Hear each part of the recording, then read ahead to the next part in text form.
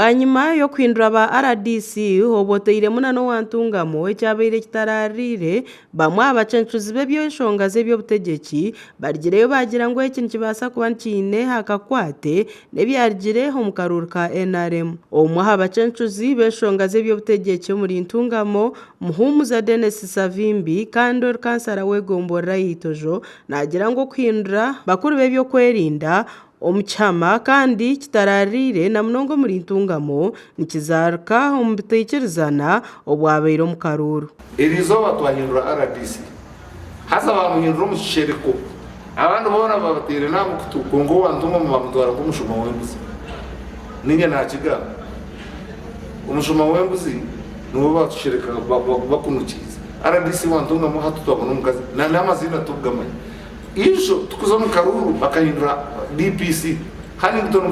umushinja aranganwa umukozi wabe atereka kwate batanaka kumbehera. Nayongera agira ngo ekibina cya NRM bwahati kiriyo nicywamani omuri ntungamo abo nshonge zarigire mu karuru ka primaries hakahwire haza abantu bakugerega abantu bakuzansa nyona nyana ngutwikirizane mama akaruru kawe nyenda kureba sere mwe yahire sa mu cyunguzi sere mwe yahire umwana wanje yona sere mwe yampire Savimbi abampiro rukumi. I am just making a generalization. Tunaja ngo bakabutereza and don't quote me on that. Kungana nyenda kwereza konguka shanga ngo buroka buye haza president we yewush haza niyo president we ha rero katekate ngo no Burundi no you are in for it, you are doomed. Some of us by the way turion tugenda mu opposition muzagambira no I can't go there kungana ingamba baituwe Isaiah Byargaba Kanyamahane owatandikira emirimo yo muri Kitagwenda arikuganiraho na Tayari West yasimu agizire ngu okwindura kwe tukurigirira habyabeire biri mu karuru ka NRM muri ntungamo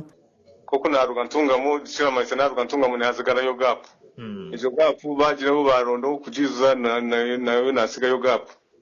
secho mbire nshimanya ntakiri kubona transfers nezija Ene byakaruru incidents zikaza hinji mu yanga rwo nabakuratira ni yanga rwo na incidents wazikuratira izijire ni nyingi yo yibujire ni hinji hi yanga rwona obwahati nagira ngo hariyo nahereza je nko mujokerwa wa president wihanga Yoweri Kaguta Museveni omuri Kitagwenda kandi banyohereze Kitagwenda ngo nze mpereze imbasima gukora ni ntungamo kakorera myaka na hihe myaka na imyazi 3 imyaka 3 n'emyezi 8 ka deputy RDC n'abasavinga kandi mwankwasa twakora twahereza nyene George bakunda twabahereza je we Miriam Kagaiga Mugisha RDC omusya bwantungamo obeire narwo mu district ya Karungu nagira ngo nayenda kwatanisa n'abanyantungamo ahabo burungi no businge obwe cyangeki obwebinzi omuri ntungamo district security omuri ntungamo district okureba ngo twakoma hamwe ni shabagu kandi nikimanya ngo ntuza kwatagana ngoko nabagambira office ya RDC ni kwatagana na ya diso kwatagana na ya RDC Kagaiga yashaba abantu bantungamo kweharentaro na munonga ombwire obu obwakaruru obu bakutebekanisiza kutorana na president Yoweri Kaguta Museveni omwaka ogurkwija ndi ekisere kiturumu n'ekyo kuronda mureke tutakaza kurondesa ekenaga nanga kurondesa ngo ahubwo